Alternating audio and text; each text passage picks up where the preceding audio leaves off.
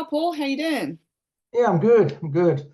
Different sides of the different ends of the world. So your morning or midday. Yeah, exactly. And you had to do a little changeover there, get on the bike. So, what was your thought the bike was going to be to what it actually turned out to be, and how did you keep yourself mindset, hydrated, nutrition, all that through that cycle? So the bike was harder than expected. When I went to the bike, I did a fair amount of hills training. Where we live, we don't have long hills. The longest steady hill we have in our region is probably around about Mount Me, which is 6 kilometers. Yeah. 6 kilometers. You can do repeats on that. I can do Mount Glorious, which is lots of ups and down, eventually getting the elevation. When you go to Norseman, you're basically 30 kilometers straight uphill, and it's different. But Yeah. did some training on the trainer where at low gradient, hill type resistance. I trained for the hills.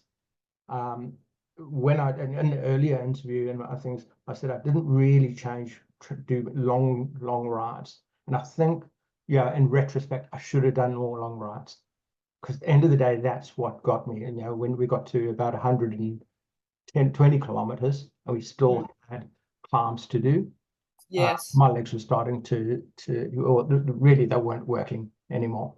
I Mm. really struggled in low horse climb. In retrospect, it didn't, because it's Mm. not the same as an Ironman where you're on the power all the time. It's on and off, higher intensity in the hills. But I should have done more long rides, like 5-hour rides, than I actually did to build up that stamina for the distance.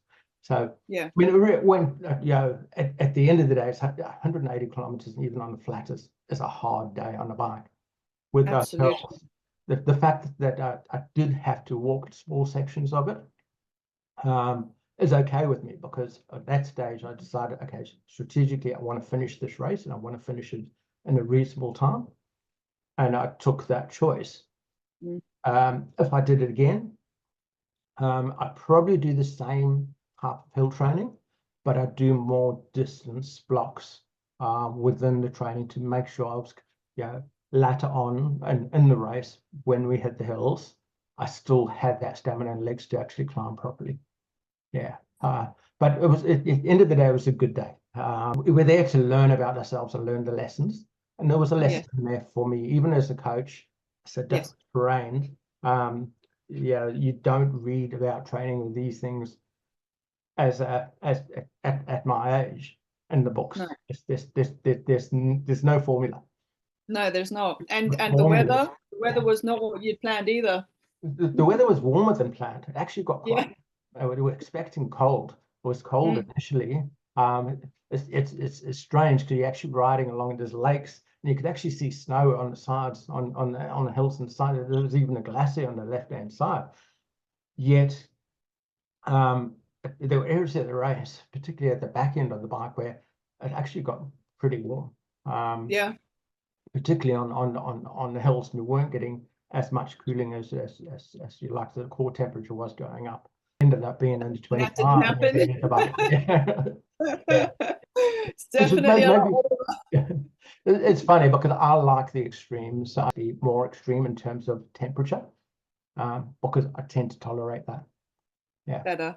yeah. Absolutely. But Yeah. lessons learned in the bike, what I do differently, longer rides on the bike, not give so much focus to the climbing, even though the climbing I struggled at, it was more the Yeah. distance that brought that back. Yeah.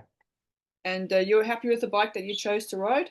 Yes, I did take, I thought, I actually built a bike specifically for Norseman and Himalayas with lots of hill climbing. And then I actually chose not to use it. I chose a traditional uh, triathlon bike, but just increase the gearing so I could get up the hills or Yeah. decrease the gearing.